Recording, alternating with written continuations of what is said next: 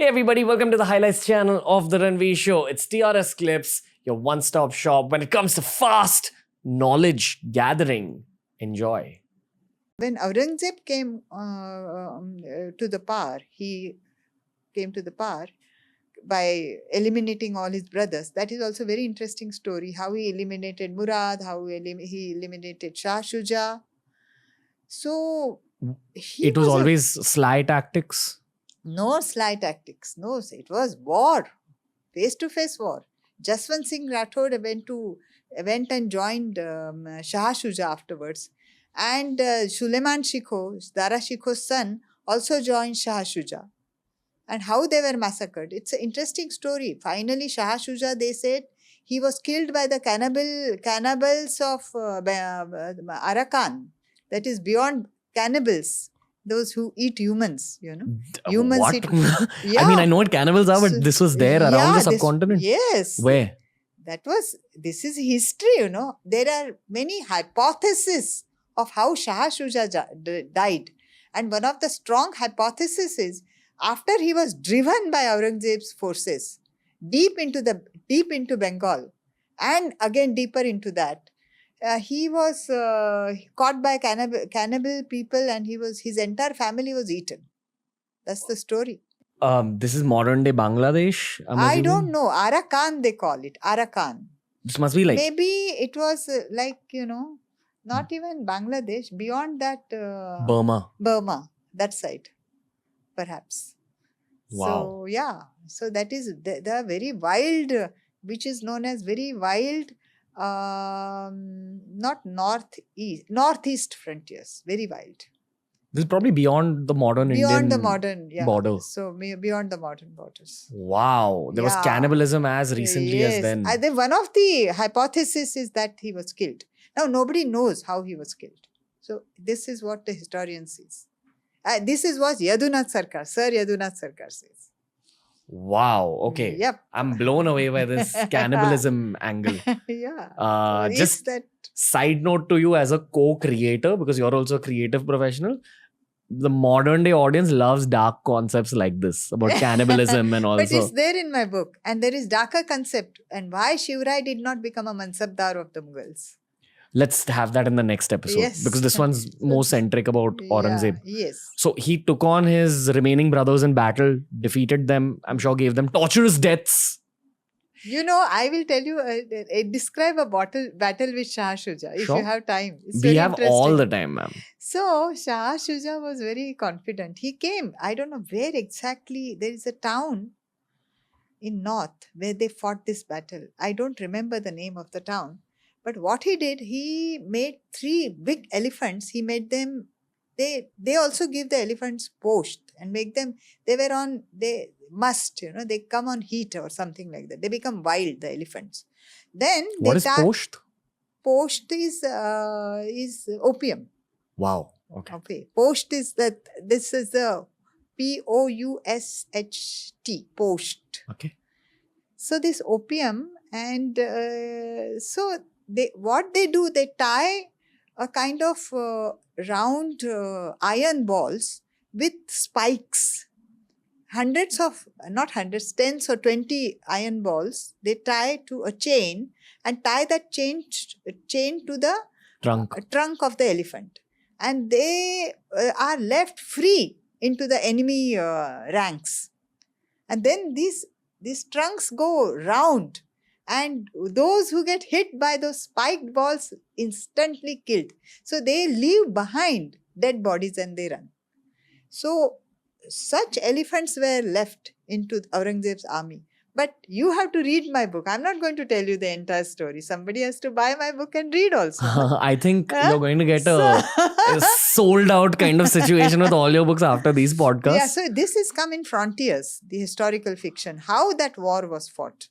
And Aurangzeb's army actually took out those elephants. No, Aurangzeb, how he himself did not bother. He was so brave that he jumped on, his Mahot jumped on one of the elephants and then controlled it. And how Aurangzeb then fought because he was on elephant cavalry. No? He himself was a good warrior? Yes, he was a good warrior.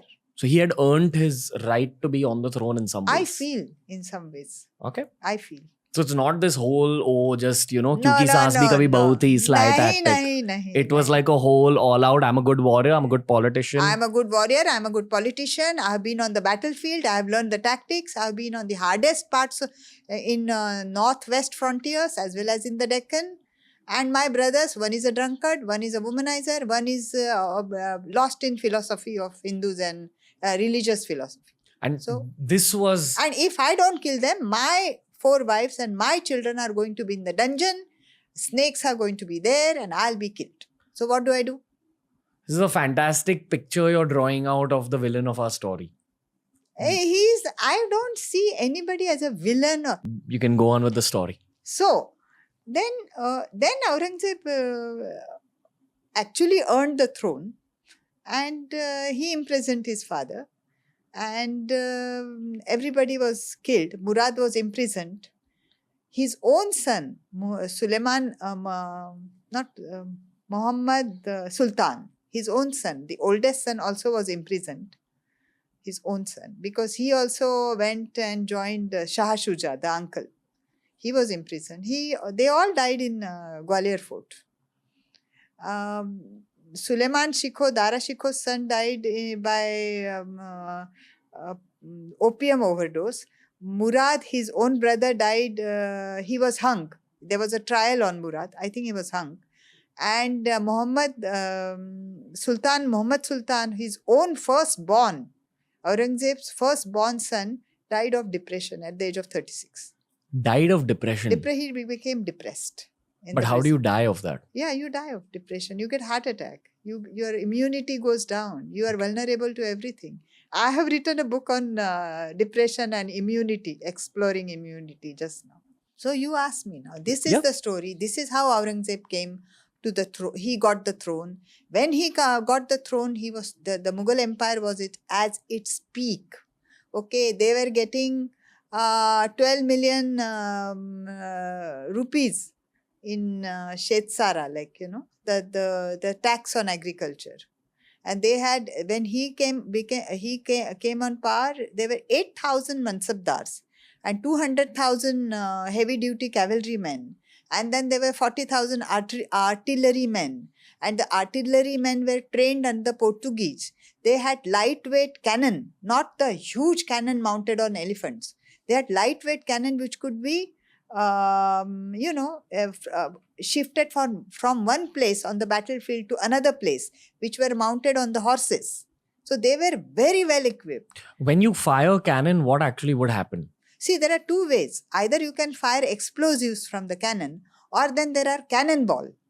Cannonball are just the iron big balls. You hit something, the whole structure will fall. They are not explosives. Like a big bullet. Like a big bullet, which will kill a entire building. Or then there are explosives, which are like a bomb. Like a bomb, yeah. So that also there was expertise. If you read my Frontiers, you will see how they fired at Hyderabad in the Hyderabad battle. You have to be so precise. That Mir Jumla character you have to read in my book. You have to be so precise that explosives have to. The entire play is on the cotton wick. Okay, you should know how long it should be, and then when you fire it, the wick has to finish burning, and by the time it reaches the target, it has to explode. So that itself is an art, you see, and only those people, Aurangzeb had those people with him. So he was very powerful. So what I'm trying to say is, when Shiv Rai was thinking of creating his small Swaraj, he had an enemy like Aurangzeb, who was so rich, so powerful, military-wise and otherwise. If you enjoyed this video, just know that we've got a bunch of curated playlists on this channel just for you. So you don't have to consume every single subject that we cover on TRS, but you do have to consume the playlists that you enjoy the most. That's what I nudge you towards.